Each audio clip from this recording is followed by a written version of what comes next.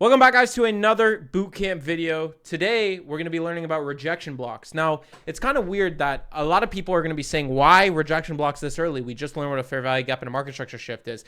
Well, rejection blocks are very, very, very interesting to learn. And I feel like right now is the sweet spot to introduce it to you. Not order blocks, not any of these other PD arrays, but rejection blocks. Because rejection blocks are so many other things in itself that it's not just the simple PD array. And I'm not going to just explain rejection blocks. I'm going to be explaining what it is and what that move of forming that rejection block is and how you can capitalize off of it. Now, before I go into this video, my camera batteries, I don't know when it's going to die. I lost my other camera battery. I ordered a new one. So if my camera dies, it will die throughout the video. And if I don't see it, we won't have a face cam for the rest of the video, but we'll do what we can.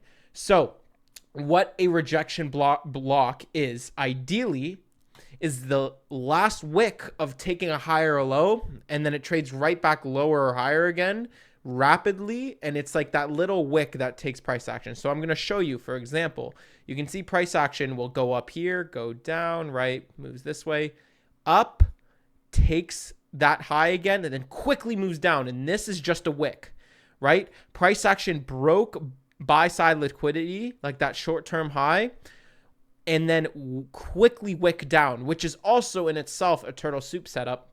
But price action forms this kind of area that it should not trade to. Now, sometimes it depends because price action could be low probability and it can trade back to that area. But the high that it forms there is a long-term high. It's a very protected high that price action should and would not go to. So if you are bearish, price action can go like this, even up here. It can even tap it, but it will not take that high and it will rip lower. Now, it can either trade to it or it's going to fail your swing and not even go back up to this level. Now, I'm going to explain you why that logic is. So you see here price action that takes this high, right?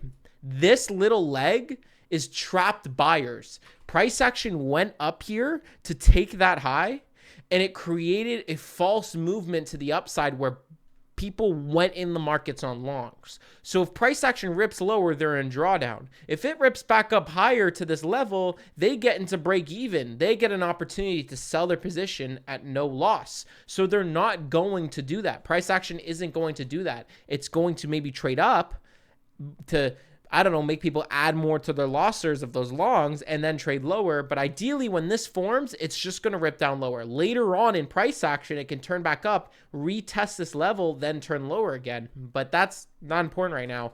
The act of price action quickly swooping that high, then turning down, shows that it took the last leg of liquidity. It manipulated longs, and it's going to rip lower without retesting that level. So I want to show you in price action what that is and what it kind of looks like. So remember, I didn't point this out. I didn't look for anything. I didn't go previously on the charts and find a time. I literally just opened the charts right now and I can already see one. You can see here price action takes this high here, or that low there, and look at that wick. Now I want to tell you guys something and show you guys something, and I'm going to move my banner here for a second. Look at what time that wick is at. 9:30. Now, that's going to be a topic for later in the boot camp, but write that down and star it. And if you don't know why I'm saying that, put a question mark. 9:30. Why did it do that at exactly 9:30? Why? Why did it rip lower all before, and then 9:30 had the last time where it ripped lower then turned up? 9:30 is one of the, if not the most important time in the whole day to base your trading off of. And I'm going to explain that later in the boot camp. Right now, we need to understand the alphabet before I teach you sentences and then the language. So you can see that price action wicks below there. And I'm going to fix my banner really quickly here. Price action wicks below there, right? It wicks below that low, then turns up right again higher. So you can see from that low right there, that part of the wick is trapped shorts where people are betting on the market to continue down lower as soon as it broke that low right there. That low, as soon as it broke, people added in short positions to ride the train of shortness. So a lot of people put in shorts here. So price action will not retest that level. Okay. Now going into this next week, I'm going to ideally be bullish as long as we preserve that low. So this is a lot of sellers. This could also indicate a low of a week, a low of a day, where price action won't go for the rest of the day or week. When you're anticipating that the low of the day will be formed today, when the low of the day forms, it's usually going to form in the term of a rejection block where price action does that, because it will not go to that level, right? It's a very, very last leg of manipulation. So you can see the best type of candles is when it opens, it wicks lower, wicks back up higher, and then closes bullishly with a displacement. So that act, price action had to open. Let me use a box here for this. That act, price action had to open, wick lower, wick higher, rip up higher. So when you see manipulation happen, when you want to identify manipulation, you need to see volatility in that manipulation. Manipulation isn't this. And then back up, and then poof. That's not manipulation. That gives people time to think, right?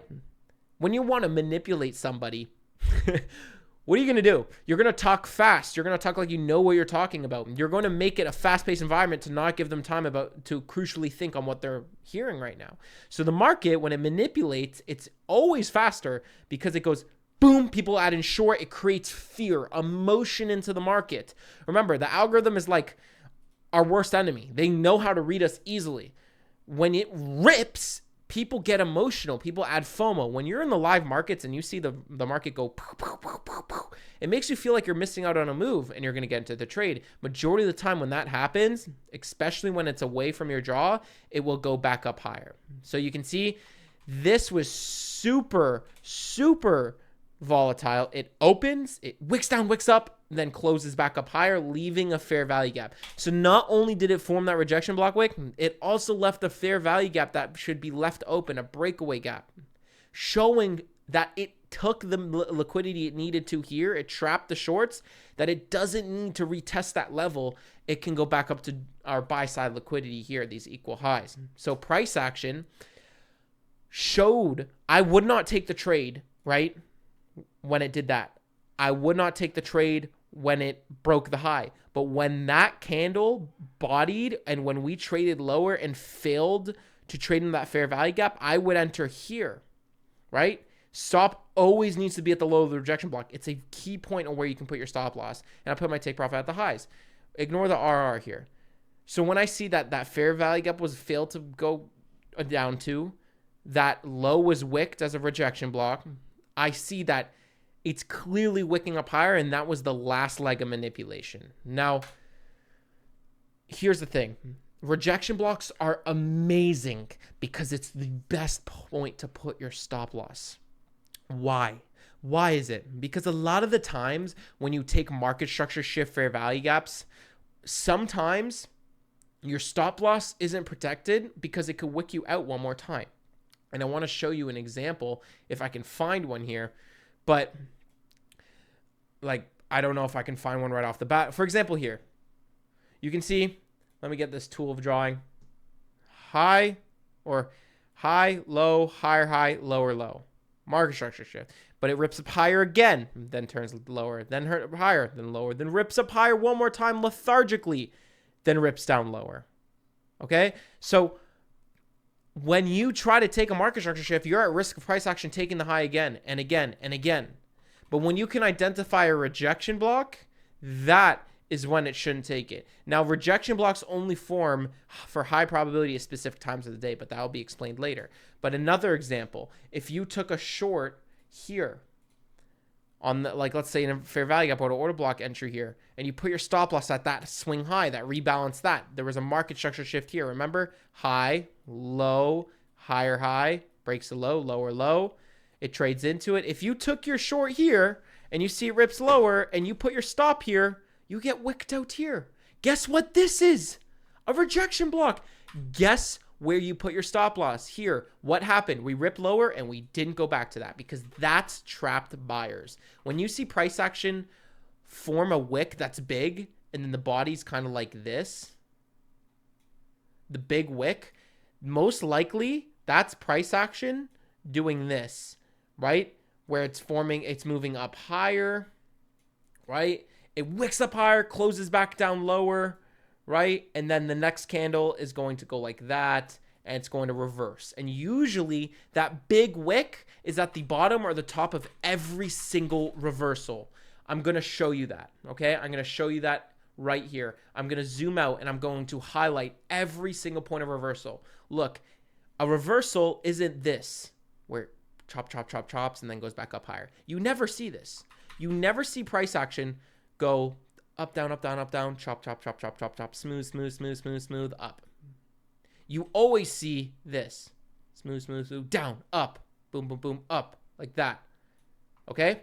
For example, here, volatile wick. Here, volatile price swing. Here, volatile price swing, right? Every single high and low has some sort of volatile price swing, right? Volatile price swing. Here, here, here, here, here, here, here, here, here, right? Here, here, here, here. It goes on. I can do this for days. Every high and low is always volatile. It's not like chop, chop, chop, chop, chop up. It's always doing something in the opposite direction first.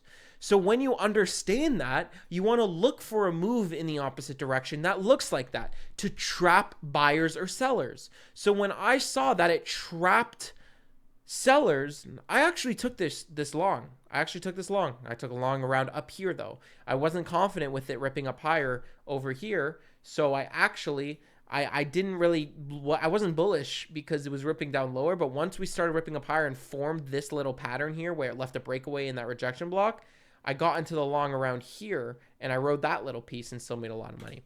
That's on my most recent stream by the time watching this video. But what I'm talking about here is that when I see price action wick below a low like that and it forms the wick, the body of the candle, let me perform a screenshot here. The body of the candle has to close above the low that it takes for bullish ones, vice versa for bearish ones. You see it rips lower and then taking the low and then closes up here. If it was the opposite direction, it would be like this. Rips up higher, closes here, that's the high, and it moves down lower. Same thing. Okay? This is the pattern you want to look for. Ideally, you want to see it couple the market structure shift or fair value gap.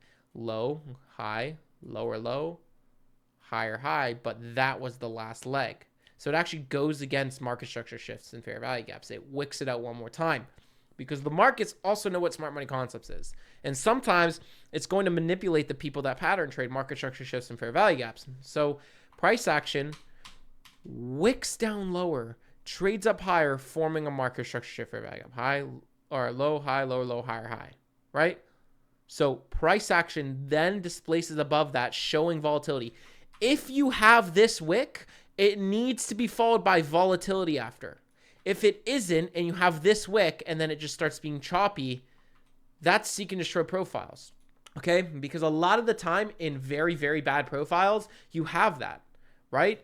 Look here, when it chops for this amount of time, we're on the 15-minute chart, you can see that price action wicks, but then is followed by shitty candles. No fair value gaps.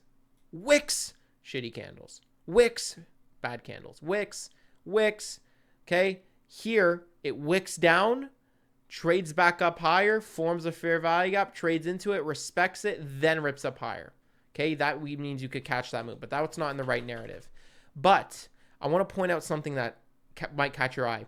Even in a bad price action at a random time of the day in consolidation, that low was taken by that trapped sellers. This low then trades back down and fails to go to that low, then turns up.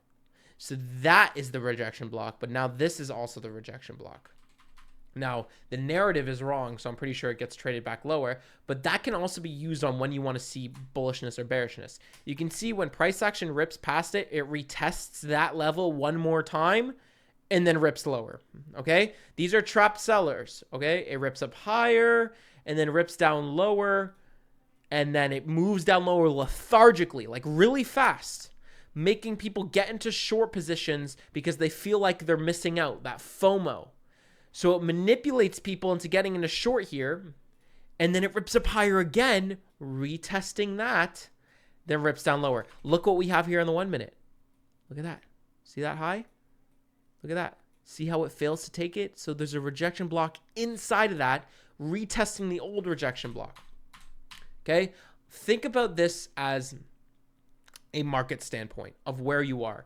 If price action has a level that it keeps rejecting off here and then trades lower, once it breaks it, if it doesn't have enough liquidity, it's most likely going to retest that level, but then use it in the opposite direction and push up higher. That's why a lot of the times when you see power of three, you see this. You see, or expansion, not power of three, sorry. You see consolidation, expansion, retracement back to the expansion, and then back up higher, OTE. Okay? Now that's inside of what? Market maker buy model. But that's a later. I'm not going to get ahead of myself. Right now, we're focusing on that price swing.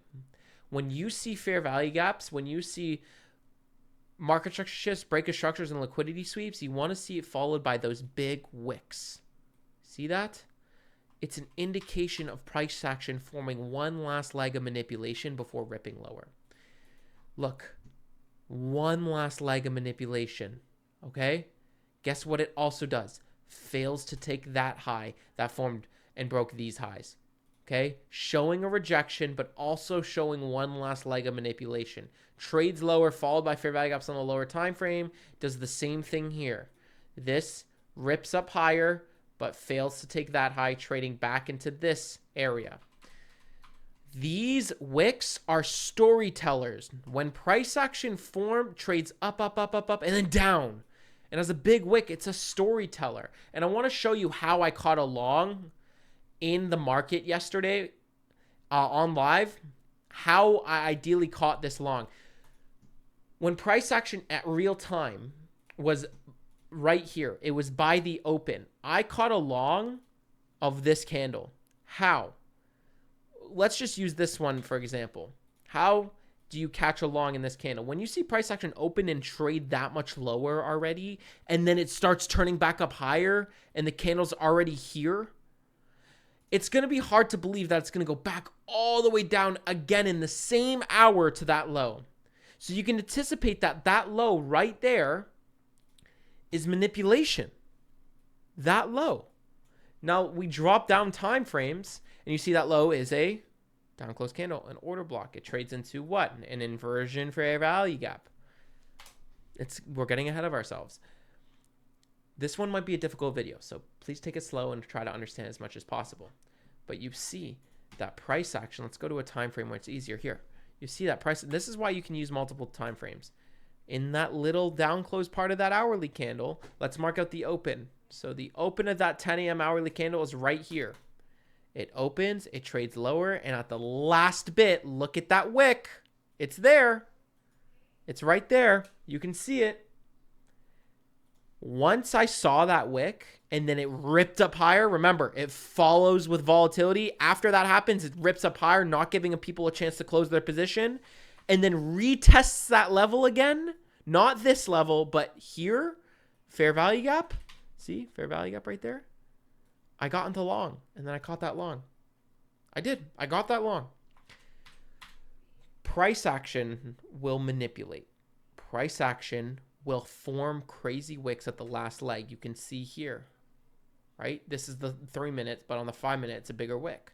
It takes sell side liquidity one last time and then rips up right away, followed with volatility, leaves a fair value gap open, shows volatility. What is this? Low, high, lower low, higher high, market structure shift.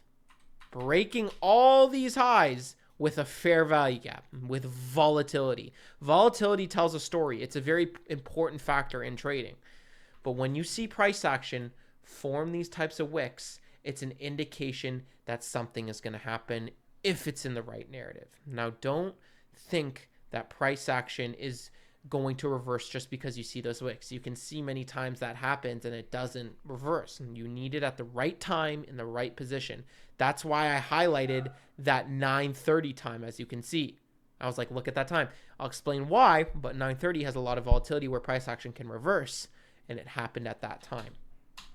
So Rejection blocks are very, very important. They're very, very cool to study on. It's basically a sign of last leg manipulation. The last time it's going to rip lower one more time, which means it's a key point of a stop loss. Study this. Watch YouTube videos about it. I don't use it to catch entries. I use it to put my stop loss. Now, I remember what I said at the first few videos, how narrative, your take profit and stop loss is way more important than your entry. If your take profit was here, no matter where you enter on this leg, even if you get into your long here, as long as your stop loss is at that point, you're winning the trade. But you don't know. What if you get in here and you put your stop loss here and it trades down again and then turns up? You will get wicked out. But that low will not get traded to if it's bullish. And that's what to study rejection blocks for, is to study them for your stop loss placement. That's what I use it for. If you want to use it for your model, you can. I use it to add confirmation. When I see this, it's like, oh, that could be a turtle soup. Turtle soup is an entry model I teach on my YouTube videos. I'll teach you that later in the bootcamp. But basically what you see here, this little wick, this is an entry model in itself called the ICT turtle soup. When it takes internal range liquidity away from your external range liquidity, which means your higher time frame target. When it goes in the opposite direction of your higher time frame target, doing this pattern, and then now you're targeting your higher time frame target. Other than that, guys, I picked up the pace of this video a little bit. I hope you guys understand it. And if you don't, study a little bit more. Take it slow, write notes, and on top of that, watch other YouTube videos too. Study about it, and then come back. But do not move on to the next YouTube video if you don't understand this one, because I'm going to continue to picking up the pace and making the videos harder and harder and harder so you can learn. You know the basic fundamentals now. I'm going to start to be picking it up. Thank you guys for watching. I'll see you guys in the next bootcamp video. Take care. God bless and peace.